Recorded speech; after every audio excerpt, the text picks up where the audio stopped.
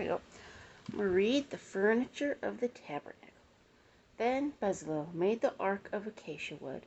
2.5 cubits was its length, 1.5 cubits its width, and 1.5 cubits its height. He overlaid it with pure gold, inside and outside, and made a molding of gold all around it. And he cast for it 4 rings of gold to be set in its 4 corners, 2 rings on one side, 2 rings on the other side of it. He made poles of acacia wood and overlaid them with gold, and he put the poles into the rings at the sides of the ark to bear the ark. He also made the mercy seat of pure gold.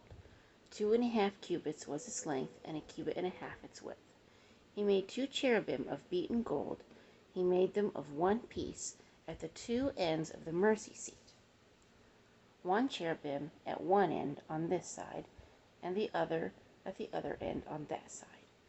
He made the cherubim at the 2 ends of one piece with the mercy seat. The cherubim spread out their wings above and covered the mercy seat with their wings.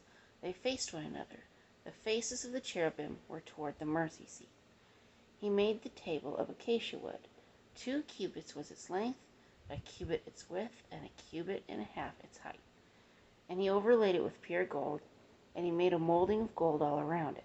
He also made a frame of a handbreadth all around it, and made a molding of gold for the frame all around it. And he cast for it 4 rings of gold, and put the rings on the 4 corners that were at its 4 legs. The rings were close to the frame, as holders for the poles to bear the table. And he made the poles of acacia wood to bear the table, and overlaid them with gold. He made of pure gold the utensils which were on the table, its dishes, its cups, its bowls, and its pitchers for pouring. He also made the lampstand of pure gold.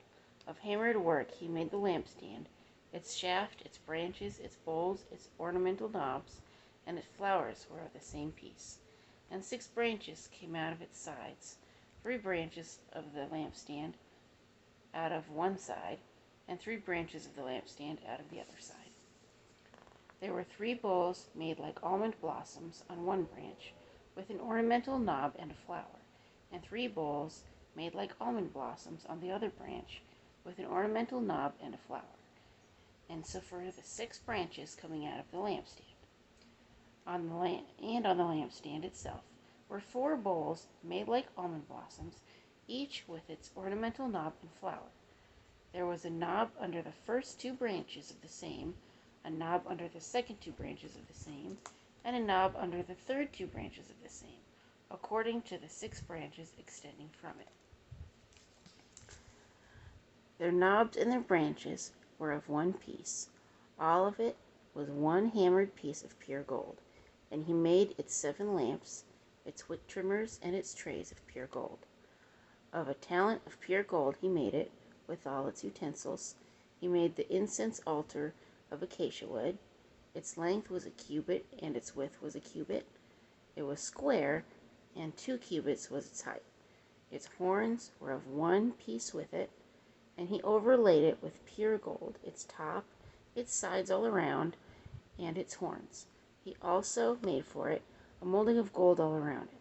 He made 2 rings of gold for it under its molding, by its 2 corners on both sides, as holders for the poles with which to bear it. And he made poles of acacia wood, and overlaid them with gold.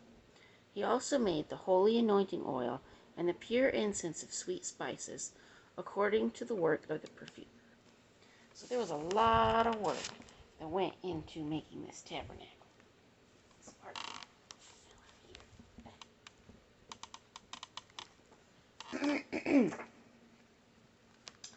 So, yeah, that was a lot of work. You know, think about the things that you put so much work into. How proud you are of it, you know. I'm pretty proud of the work that me and my hubby put into raising our girls. We have very good girls. You know, the youngest one, she went to a field trip the other day, and she had a lot of fun. And as we were walking out, there was a mom carrying her little bratty kid over the shoulder like this, as he's screaming and crying, going, I don't want to go! I don't want to go! If I would have done that, my dad would have been like, bend me over that knee. And then, okay, now you got a reason to cry. Take my hand, walk the rest of the way to the car. So, and I would have learned right then and there, oh, I better not act like that, or I will have a reason to cry. So, but, nowadays, the government don't want you to do that. They're like, oh, don't spank them,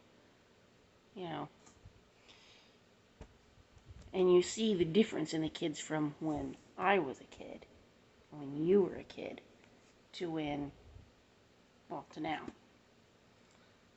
Back then, you didn't see so many kids getting in trouble. Disobeying authority. Being bad. Now you see it a lot. Parents can't control the kid. The teachers can't control the kid. The law can't control the kid. Nobody can control. Kids just like out of control. And they're like, I wonder why we have criminals in the world. It starts when they're little. My daughter, she didn't give me any problems whatsoever. She was so good.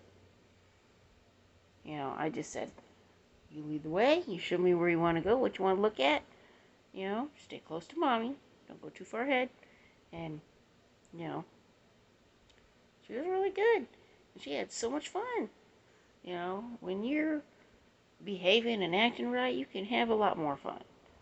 Because you don't got to worry about someone having to correct you. But when you're acting like you're crazy and you have no sense in your head, then you got to worry about somebody correcting you. So, anyway. And that is my 2 cents. So, good morning. Everybody have a great day. Thumbs up.